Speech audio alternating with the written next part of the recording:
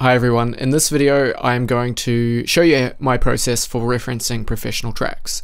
Now, referencing other people's tunes is very important. It helps you understand how a professional gets their sound and the power that they have in their music. So I've got a track in here. It's called Galactic Riders, and it's by psytrance producers Relative and Yestermorrow. And this is a style of psytrance that I really like. So I've got this in here, and I quite like their kick and their bass. I would like to get something similar to it. So to start off with, I did a couple of things. I went on to Beatport, and obviously I've purchased the tune, so I own the tune. And I then looked at the BPM, so you can either do that by playing the track and tapping the BPM, and I also looked at what key it was written in, because generally the root key of the song is what the psytrance producer has written their kick and their bass in. So this track's 140 BPM and their kick and their bass is in A sharp. Now it's difficult to reference a kick and a bass when you're using a different bass note. A different root note. Reason being is maybe a kick and a bass sound really like deep and dark, and that's probably because they're using a lower note like D or E or F or something around there. This track in particular sounds quite bright and light, but still it has quite a bit of power. So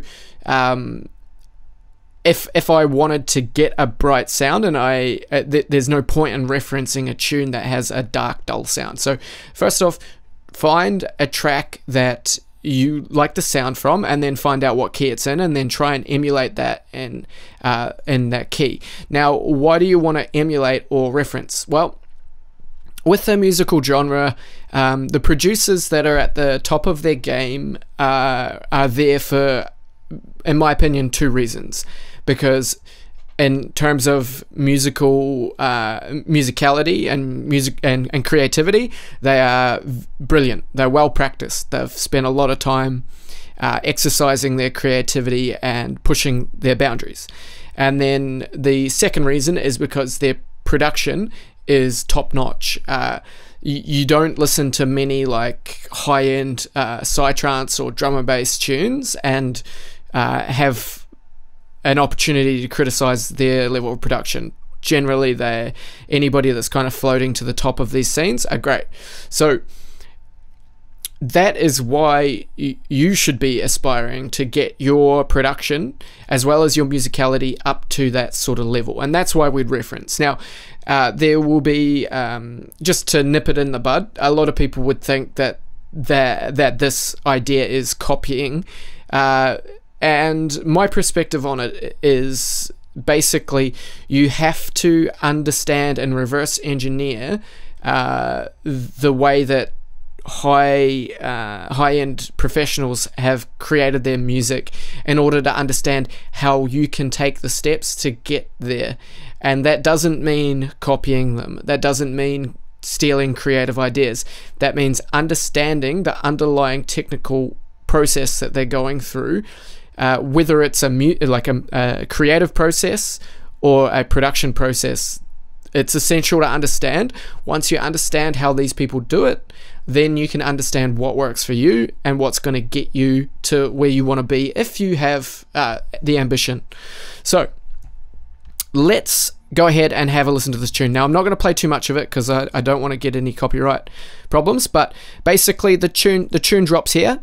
And what I'm going to look for is basically I'm referencing the kick and the bass of this track. I want to get my kick and bass as powerful as I can, as close to theirs. This applies for dubstep, this applies for drum and bass, this applies to any music, but psytrance is my chosen genre. So let's have a listen. So I'm going to solo this and I'm going to play it through, okay? Now, I want to find a moment in this entire track where I'm really only dealing with the kick and the bass sound and there's not much else going on. So let's play it. Oh, not from the start. Let's play it from here. Okay, so during this period of time, there's a white noise sweep and there's like a vocal sort of playing at the same time. or something delayed, it's not a vocal. So if I wait a little bit longer, maybe around here,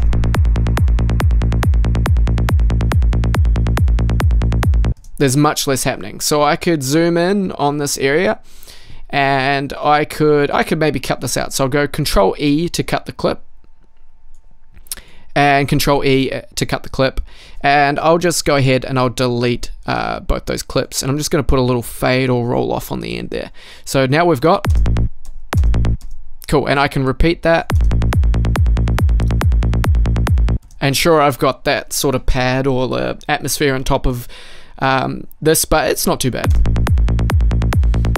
Cool. Alright, so I can see the waveform, but if I go ahead and play my kick and bass that I've made, there's a massive difference in volume. And if we've got a big difference in volume, it's going to be really hard to understand whether they have more bass and low end than I do, because the volumes are just completely off. So the first thing I would do is I would use a VU meter on this to bring its volume down to 0 on the VU meter. So this is a way that I'm going to volume match. So the first thing I'm going to do is I'm going to match the volume between my kick and bass and his kick and bass. So if I come to my kick and bass and I open up this VU meter and I press play, you can see I'm resting it just under unity, and I can push that up just a little bit more, and I'm sitting right on 0. Okay, so I'm on 0 decibels on the VU meter on this one. Let's come over to this tune. So I'm going way over. So if I pull that down, I can pull that down about 15 decibels. And I'll bring it down just to make it perfect. Cool. Alright, so I've got the same volume. Now that might be a bit quiet for you guys, so I'm just going to come over here and I'm going to turn this limiter on just to push the volume up so you guys can hear it properly. So, sweet. So on the VU meter, it's 0, and then let's listen to mine over here. Cool. Alright, so I've got the same volume achieved. So the next thing that I would do is I would come over here and I would open up a this is Voxengo Span. I believe this is free, and it shows you basically what you've got is down the bottom you've got the frequencies, and then along the side you've got the volume. So if I go ahead and start playing that, you can see where their bassline is peaking. Okay, now they're writing in A sharp, and it's safe to say that that is peaking at around, if you look to the right hand corner of that black box, if I move my mouse it's going to disappear, but yeah, this here is what I'm looking at, so that's the decibel. So it's about 43 decibels is where it's peaking. Okay, so I can then come over to my kick and bass and I can grab span and I can pull that in, and I can have a listen to mine, and I can see where mine is peaking, and it's a little bit lower, but it's quite close. So, oh no, sorry, no, if I move my cursor, so it's pretty much identical, right? So then I can just quickly A, B,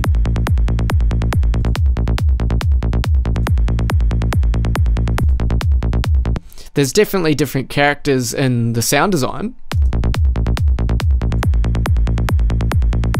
That kick has a bit more of a knock on it than mine, but you can see that I'm getting a similar power, and this is a mastered tune, so this is something that's already been in the hands of a very capable mastering engineer, and it's been touched up. Another way to reference, which I find quite helpful because I do like to see what I'm doing as well as hear what I'm doing. Cool, so I've recorded out the waveform combined between my kick and bass. Now if I turn that limiter off and I turn that VU meter off, I can, well, I won't play this, but I can increase mine in volume, and I can look at the waveform and I can analyze the waveform between these two kicks and bass. So I can see here that they have a pretty similar looking bass to me. Like, in terms of looking at the waveform, you get a bit of an idea of the character of the sound in a way. Now, with my kick, you can see that my kick is a long, and it doesn't seem to have this sort of interruption in here. So what's happening is their bass note is being triggered, and it's adding into the waveform of the kick.